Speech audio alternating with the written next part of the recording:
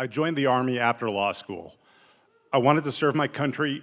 I thought that being an Army lawyer would help me grow in the legal profession in a unique and challenging place, and I graduated during the recession and I could not find another job. I knew that I made a mistake pretty much right away, but I did not realize how painful a mistake that was until the summer of 2010 when I got orders to deploy to Iraq with the 3rd Armored Cavalry Regiment. We were stationed at a small outpost about an hour south of Baghdad. It was about 115 degrees outside. I was the lawyer, so nobody liked me because I was the guy who told people that they couldn't do what they wanted to do. And even though combat operations were over, our base still got shelled pretty much every night by rocket attacks. Now, when somebody is shooting rockets at you, there's not much that you can do except get on the ground as flat as you possibly can and hope that they don't hit you.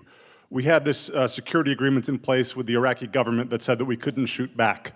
So you can imagine that after about 5 months of this, everybody on that base was scared out of their mind. And I was really regretting the choices that I made that had gotten me here. The regimental command decided to do something about it.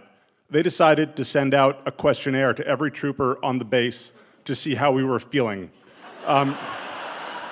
It was to gauge unit morale. So some of the questions were really basic. It asked, are you thinking of hurting yourself or others? Are you getting enough sleep? But one question that really stood out for me was, do you have a spiritual support network? Now, I was not a religious person, so I checked the box no, and I handed in my survey and I didn't think about it. The next day, I had a knock on the door of my containerized housing unit. It was the regimental chaplain, Major Claude Bridian. Major Bridian was a Baptist pastor from Georgia. He had an enormous gap in his 2 front teeth that you could always see because even though there was a war going on, he was always smiling. The chaplain says to me, "Brother Daniel, I noticed that you are of the Jewish faith, and you said that you do not have a spiritual support network. Would you like my assistance?" Now, I don't remember telling the chaplain that I was Jewish, but he knew that I was a lawyer from New York, so he could have put 2 and 2 together. I didn't think that I needed help, but here was this man standing in my doorway, smiling at me, offering me the only kind thing that anybody had offered me the entire time that I was there, and who was I to say no to a Baptist pastor who outranked me? So I said yes, I would like some help. The next day, a box showed up at my door. It had 4 yarmulkes, a box of Hanukkah candles, a dreidel, and a pamphlet entitled Judaism, Customs and Practices. This was all stuff that I didn't really know that I needed, but I was very touched by the gesture.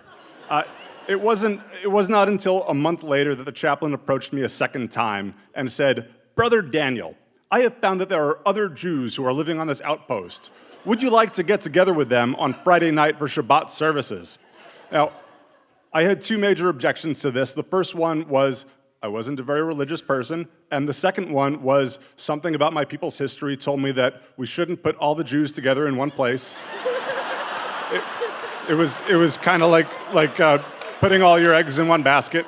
But here was this man smiling at me, offering me this kindness, and so I didn't want to say no. So on Friday night, I went down to the post chapel.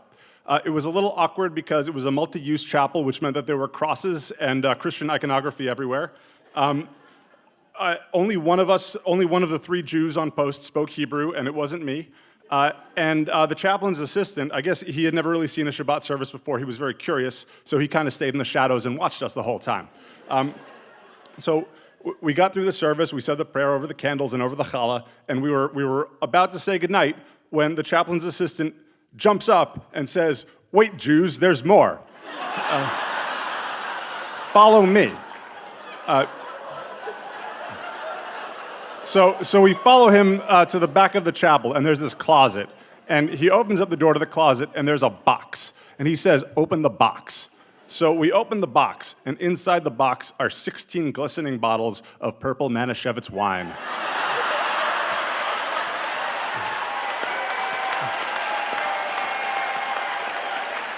Not grape juice, wine. The chaplain's assistant says, "The service is not over until you've said the prayer over the wine and you've all had a drink." My lawyer alarm goes off like an air raid siren. I'm like, Wait a minute. General Order Number 1 specifically prohibits imbibing intoxicating beverages in a deployed environment. The chaplain's assistant says, no, lawyer, you're wrong. There's an exception to that policy for Jews. On Friday nights, Jews are allowed to have 1 glass of Manischewitz wine with Shabbat services. Well, I'll be damned. So we raise our glasses, we say the prayer over the wine, and we all have a drink.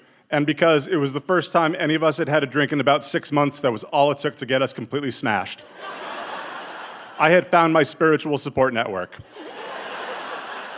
So the alcohol and the companionship on Friday night, it really helped, but that in and of itself wasn't really enough to get us through the pain of a year-long deployment. What helped much more than that was knowing that there was somebody out there who was there watching out for us, helping us find the spiritual support network that I didn't know that I needed. The war ended, or at least I went home from it, and I found out a few years afterwards that Chaplain Berdian actually passed away. He was in his early 50s. A lot of people came out to remember him because I wasn't the only one on that post who he helped out in a very dark time. There were about 1,200 troopers on that base, and he helped find a spiritual support network for all of us. So now on Friday nights, when I drink wine, I drink to the kindness and the memory of a Baptist pastor. Thank you.